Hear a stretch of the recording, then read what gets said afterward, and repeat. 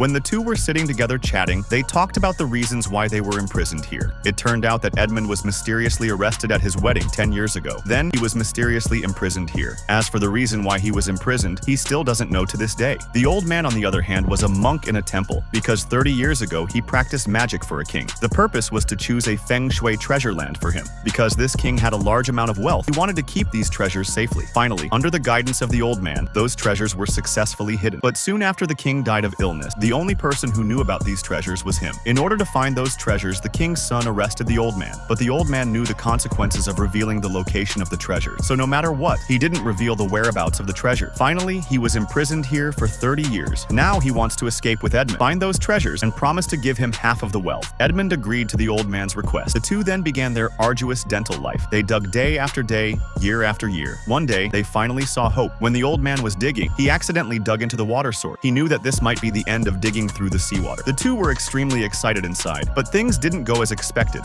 At this critical moment, there was a collapse above the old man's head. Before the two could react, the old man was instantly swallowed by the soil. Edmund desperately began to dig out the soil on the ground. Finally, he found one of the old man's feet. He struggled to drag the old man out. Then he put him on the ground. Fortunately, the old man still had a breath. Edmund didn't want to see the old man's eye like this. He wanted to call the jailers above to treat the old man, but was promptly stopped by the old man, because he knew that once the matter of digging tunnels was exposed, all these years of hard work would be in vain. However, under the strong pressure in the narrow tunnel, the old man's internal organs were seriously injured. He knew that his life might be short, so he left the unfinished task to Edmund. He hoped that Edmund could successfully escape from here, then find those treasures and do some good deed. Then he closed his eyes and left this world. At this moment, Edmund didn't know how to deal with it next. Without the guidance of the old man, he didn't know if he could complete this arduous task. Then he hugged the dead old man and started crying. Today, the jailers started to inspect the prisoners as usual. When he came to the old man's cell, there was no response inside. The jailer shouted a few more times but still got no response. So he quickly unlocked the door of the dungeon with a key. When he shoved his torch inside, he found that the old man was lying there motionless. At this moment, Edmund quickly blocked up the tunnel and hid inside. He watched the jailer throw down a rope and jumped down. After confirming the real death of the old man, he let them throw down a burlap bag. Edmund knew they were going to put the old man's body in the burlap bag and take it away. At this moment, he had an amazing idea. While the jailer climbed up to the cell to call for help, he quietly hid the old man's body in his own cell. Then he crawled into the burlap bag for the old man. Soon he was pulled up by two jailers. Then the two carried the burlap bag and walked outside. At this time, a head jailer appeared here. After asking about the identity of the deceased, he continued the inspection. At this time, the two jailers had no idea that the burlap bag did not contain the old man, but the prisoner Edmund. When the man inspected Edmund's cell, he couldn't hear Edmund's response all the time. He quickly opened the cell door. At this moment, Edmund had been brought to the cell.